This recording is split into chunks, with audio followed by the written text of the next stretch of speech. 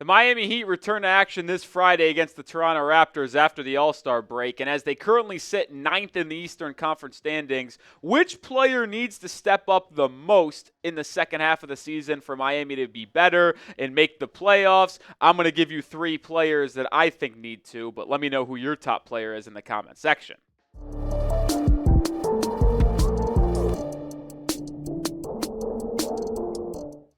Please, please, please, I'm begging you, these 3 players that we're going to talk about today need to start playing better for the Miami Heat after the All-Star break, because things are not pretty right now. The Heat lost their final 4 games before the All-Star break. They went 2-6 in their final 8 games with multiple collapses in the fourth quarter against the Nets, the Bulls, the Thunder, and the Heat need to start giving this fan base some confidence with some wins down the stretch, and we're going to talk about 3 players that need to play better.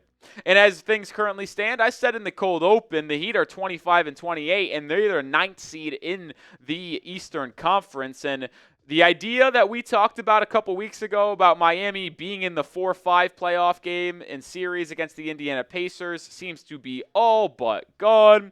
The way the Heat closed the pre-All-Star break schedule, it would probably look like the Heat are going to be in the play-in for the 3rd straight year. I don't love being in the play-in. It's exhausting. I'm sick of it. But honestly, the way the Heat have looked, I think they'll probably lose in the play-in. Like, they might, in that specific scenario, beat the Chicago Bulls at home in the first game, but then if they have to go on the road for the second play-in game and play the Atlanta Hawks or something like that, like, do I have confidence they'll beat them right now? No, probably not, which means Miami would be picking inside the lottery, which is what probably some fans actually want to happen. But either way, if the Heat want to make the postseason and be in a first-round series, these 3 players need to step up. And the number 1 player, in my opinion, should not surprise anyone. It is Jaime Jaquez Jr. And now some people might have thought I need to say Terry Rozier because he's been that bad, but I actually think Jaquez is the number 1 guy that needs to step up, and I think Rozier should just ultimately be benched. The fall off for Jaime Jaquez Jr. just needs to be studied. This guy was a flat-out stud in his rookie campaign. He was on the first team all-rookie squad in the NBA. He was looking like someone that we could hand the keys to the offense to post-Jimmy Butler. I know we didn't expect it to happen mid-season this year, but if you told a Heat fan the Heat traded Jimmy Butler at the deadline, they would expect Jaime Jaquez Jr. to slide right in that starting lineup and be really good and be fantastic. Well, that's not been the case because you see his numbers on the left side of your screen as a rookie. That was great. Shocking. 18th overall pick. This year he's regressed at every single category. He can't score. He can't shoot. And his defense has just stayed the exact same. It's been an incredible disappointment. There's no doubt about it. Jaime Jaquez Jr. has been the biggest disappointment for the Heat in the 24-25 season. After a really good rookie season, Heat fans expected him to take that next step up, have more on his plate, be more productive, and it just simply has not been the case. I thought Jaquez was going to have a chance to win 6th Man of the Year this year. Well, he could barely be the 8th, 9th man on this Heat team right now because of how poorly he is playing offensively. He has no bag. He tries to spin to his right hand and play bully ball consistently in the paint, and it's just not working. Jaquez has been a massive disappointment.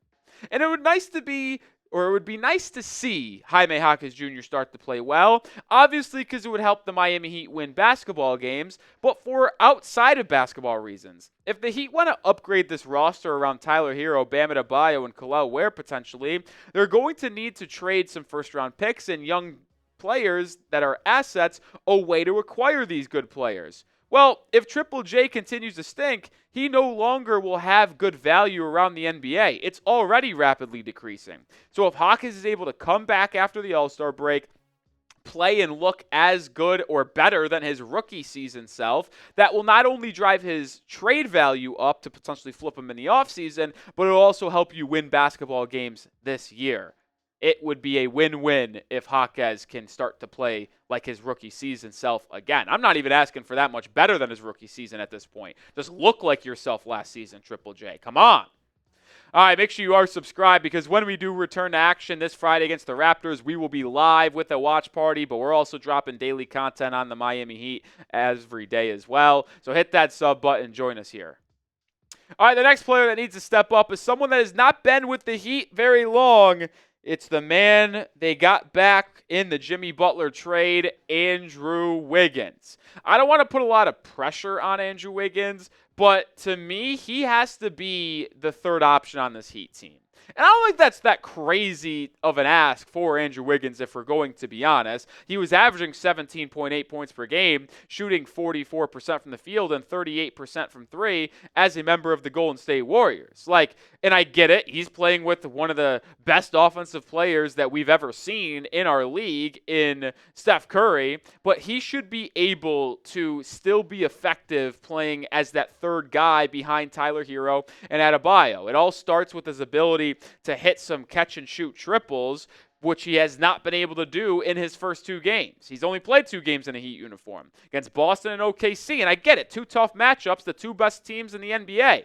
But these numbers are not acceptable, and it just simply has to improve. The 3 of 13 from beyond the arc, the 7 of 24 from the field just needs to be better. It has to be much better and improved if the Heat want to start to win basketball games. We know what he can provide defensively, and he will continue to provide that defense, but he needs to take a step up on the offensive side of the floor to help out Tyler and Bam, and we'll talk more about this in just a second. But show some love to our sponsor, which is Prize Picks. Prize Picks shows us a lot of love, and I love it because I play Prize Picks on a daily basis. They've been giving me a bunch of free entries in basketball lately. It's been very fun to take advantage of that. And you can join me by picking more or less and at least 2 players for a shot to win up to 1,000 times your cash. Run your game all season long on Prize Picks. Sign up today and get $50 instantly when you play $5. You don't even need to win to receive the $50 bonus.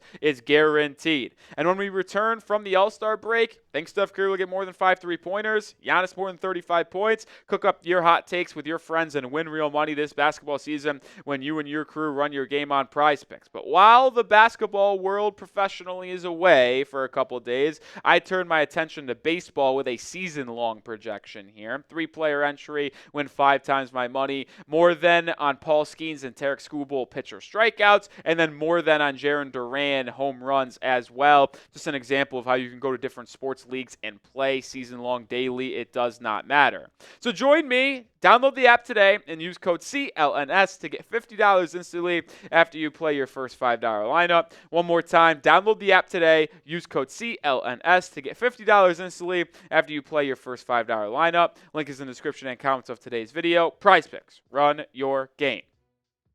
All right, let's get to my expectations on Andrew Wiggins for the final 25-30 games of the season.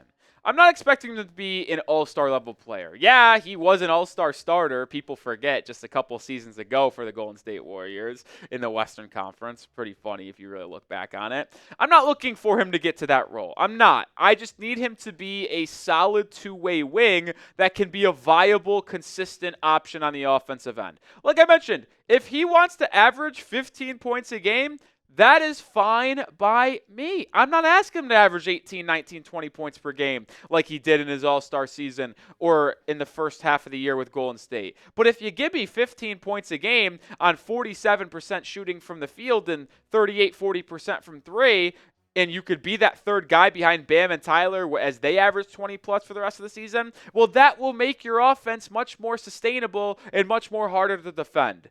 If he can start to knock down some of these catch-and-shoot triples, leverage that into dribble drives, now we can start talking about a team that is going to be much more put together. So I need Wiggins to start picking it up in that starting group.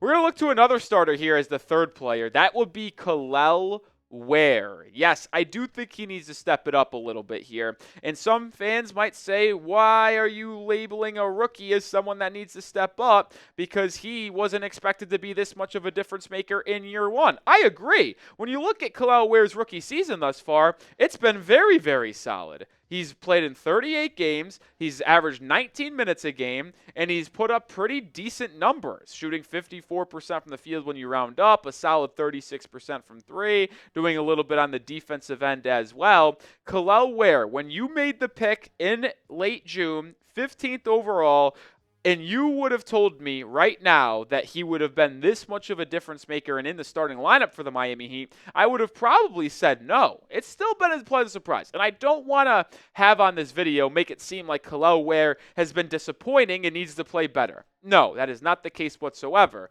But I do think there are things he needs to improve on in the second half of the year to give him more confidence heading into the offseason. But it could also make the Miami Heat a better basketball team this year as well, and we'll talk about those in just a second. But I do want you guys to grade Kel'el Ware's rookie season so far. He's played in 38 games. How has the rookie out of Indiana done thus far? A, B, C, D, or F? Well, I do want to actually look at what he's done now, not just all season long, but as a starter, because he got put into that starting group 12 games ago when it was the game against the Blazers, and his raw numbers aren't terrible. You see it, 11.5 points, 9.8 rebounds, 1.2 blocks as well. But the efficiency is the part that's a little bit concerning to me. Shooting under 50% as a center tells me he's falling a little bit too in love with that three-point shot, and that's why the number one thing that I need Kel'el Ware to improve on for the rest of the season is to work more inside and punish smaller defenders. I know that Bam Adebayo is working in the mid-range, and to have better spacing, Ware needs to be on the perimeter. But to me, he is on the perimeter too often. He needs to start getting more involved in the screening game, rolling to the rim. And heck, if you set a screen with Ware and Bam is the ball handler at the elbow, that could be a fascinating combination as those two start to work together more. But opposing defenses are starting to change to the Heat offense and the Heat's lineup by putting a smaller guy, whether it's the 3 or the 4, on Ware. Because Kel'el Ware doesn't have the ability to punish opposing defenses by putting a smaller guy on him. Ware doesn't really have much of a post game right now. His